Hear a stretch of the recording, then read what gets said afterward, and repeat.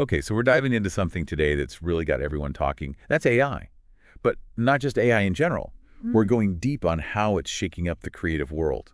And it's interesting, because it's not like the old days where computers were trying to copy artists. Now we're talking about AI that actually generates, it creates, it doesn't need to mimic. Right. It's like AI went from being the student to this, like, crazy good artist. And it's everywhere. Composing music, making art, even writing, like, movie scripts. And it can be so good it can fool, like, Oh, the pros. oh. But what really blows my mind is how fast it can do all this. Yeah, the speed is a total game changer. Think about something that might take a human artist weeks, maybe even months to do. AI can often do that same thing in like a few hours. It's changing how we even think about the creative process. Okay, so imagine this. You're a musician. Right. You're working on a new song. Maybe you've hit a wall. You don't know where to go next. In the past, you'd be stuck with that feeling for days. Right. But now you can feed what you have into an AI and boom, it's like magic. You've got all these variations, different melodies, new harmonies. It's like having a whole team of AI musicians backing you up. I like that. A band of AI, ready to jam. And this isn't some far-off thing. There are real AI tools already doing this, like writers. Most have heard of GPT-4 by now. It can generate like really human quality writing in any style you can think of. Want something that sounds like Shakespeare? Done. A blog post about, I don't know, the history of cheese. GPT-4 can handle it. So no more writer's block. You just tell GPT-4 to get to work. I love it. Okay, what about visuals? Are we talking AI that can paint like Picasso yet? Well, some are getting close. Delhi is one that's really turning heads. It can create images from descriptions you give it. Like you literally type in a cat riding a unicorn through a rainbow field, and Delhi can generate that, make it look real or super fantastical, however you want. See, that's what I'm talking about. That is wild. Okay, hold on. We got to talk music. Mm. Is AI out there right now writing the next #1 hit song? Oh, for sure. Usenet. And it's actually made by the same folks who made GPT-4. It can compose in all kinds of styles, classical, jazz, even something Lady Gaga might put out. And there's AIVA, which stands for Artificial Intelligence Virtual Artist, and that's another one musicians and producers are using. So this isn't just limited to one creative field. AI is all over the place. It's honestly kind of crazy exciting and a little freaky, right? Like this huge shift is happening right now. You're exactly right. And that's what we're going to dig into more, because as awesome as it is, there are definitely challenges, big ethical questions that come with this level of AI.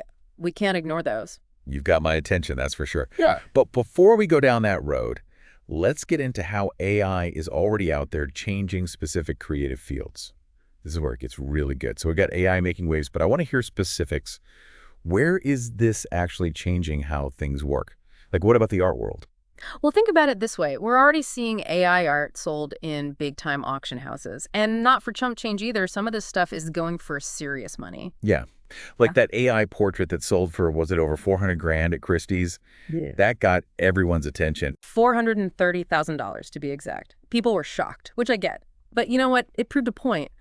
AI art isn't some gimmick. It's the real deal. A real oh wow moment. But AI isn't just making art on its own, is it? It's like mixing with how artists already work. You got it. Artists are using AI to create these super complex textures, crazy detailed patterns, even whole compositions. Then they build their own work on top of it. It's this wild mix of human creativity and what the AI can do. So AI is like the ultimate creative partner now. What about music? Is it shaking things up there too? Oh, big time. Remember that song that went viral last year? The AI one that everyone thought was a lost Beatles track? Oh yeah, I remember that. It was so catchy, it had everyone fooled. It really makes you think, what even IS original anymore, right? That is the question, isn't it? And it's not just about copying the old stuff either. Musicians are using AI to go in completely new directions, finding sounds they never would have otherwise, even writing whole film scores or music for video games. See, that's what blows my mind. All right, so AI is making art worth a fortune. It's writing hit songs. What's next? Could it make a whole movie? Write, direct, even star in it? Well, we're not quite there yet, but AI is definitely finding its way into film and animation, and not just for the fancy special effects.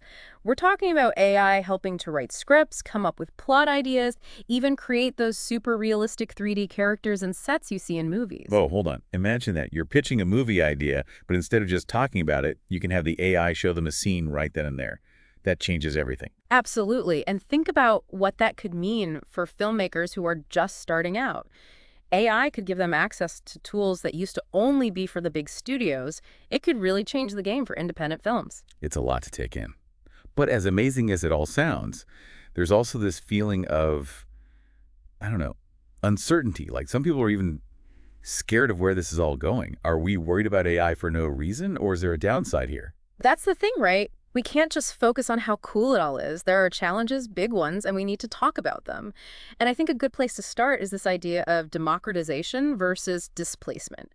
Because it's both, and that's what makes it tricky. Democratization versus displacement. It does feel like you're on the edge of something big here. Exciting, but kind of scary at the same time. It's a tough one, for sure. Because on the one hand, AI could totally open up the world of creativity for, like, everyone. Imagine anybody, no matter who they are or what their background is, they can use these AI tools to make their ideas real. Whoa, it's like everyone gets a set of art supplies, but like super powered ones. What would that even look like? Would everyone be an artist then? In a way, yeah. But that takes us to the other side, the worrying part. If AI is doing the creating, what happens to the artists, the musicians, the writers? People who've spent their whole lives getting good at what they do. That's the big question, right? Yeah. But you're saying it's not as easy as, like, robots took our jobs, right? Not at all. It's more like, how do humans and AI work together? How do we use both to be even more creative than we could be alone? It's all about collaboration. Okay, so how does that actually work? Are there examples of this human-AI collab thing happening right now? Definitely. Think about visual artists.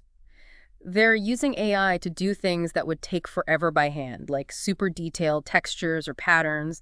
That frees them up to focus on the overall idea, the concept. So AI is like a time saver, letting artists work smarter, not harder. What about music, though? Anything similar going on there? All the time. Musicians are using AI to analyze their own music, to find patterns they might not even notice, and then suggest new ideas, directions they could take their music. It's like having an AI writing partner. Man, that's wild. Okay, so we've talked about the good, the potentially bad, Yeah. but there's this whole other side we can't ignore, the ethics of AI doing creative stuff. Oh, yeah. That's where things get really complicated. The biggest question right now is like, who owns what AI creates?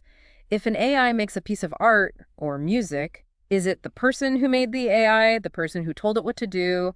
We're figuring this out as we go. That messes with your head, man. Like, if I feed an AI all of Mozart's music until it makes something like this, who owns that new piece? It gets blurry fast. Exactly. Those are the debates happening right now, and no one has easy answers. The laws are trying to catch up to the technology, you know? We're building the plane as we're flying it. That's exciting, but also kind of nerve-wracking. Keeps things interesting. But here's the thing. I don't think it has to be humans versus AI. It's more about how we partner up with this technology. We got to figure out how to use the strengths of both. Finding that sweet spot, what humans are good at and what AI can do, where they meet. Exactly. And like any good partnership, it takes communication, working together, and agreeing on where you're both trying to go. I love that. So, as we wrap things up here, what's the one thing you want our listeners to take away from all this? Be curious, stay informed, and don't be afraid to experiment. This whole AI thing is just getting started, and honestly, the possibilities are endless at this point. Couldn't have said it better myself. A huge thank you to you for taking us on this wild ride through the world of AI and creativity. I learned a ton. Happy to be here, really. And to everyone listening, thank you for joining us for another deep dive. Remember, the future of being creative isn't about humans fighting against machines. It's about what we can do with them. Until next time, stay curious.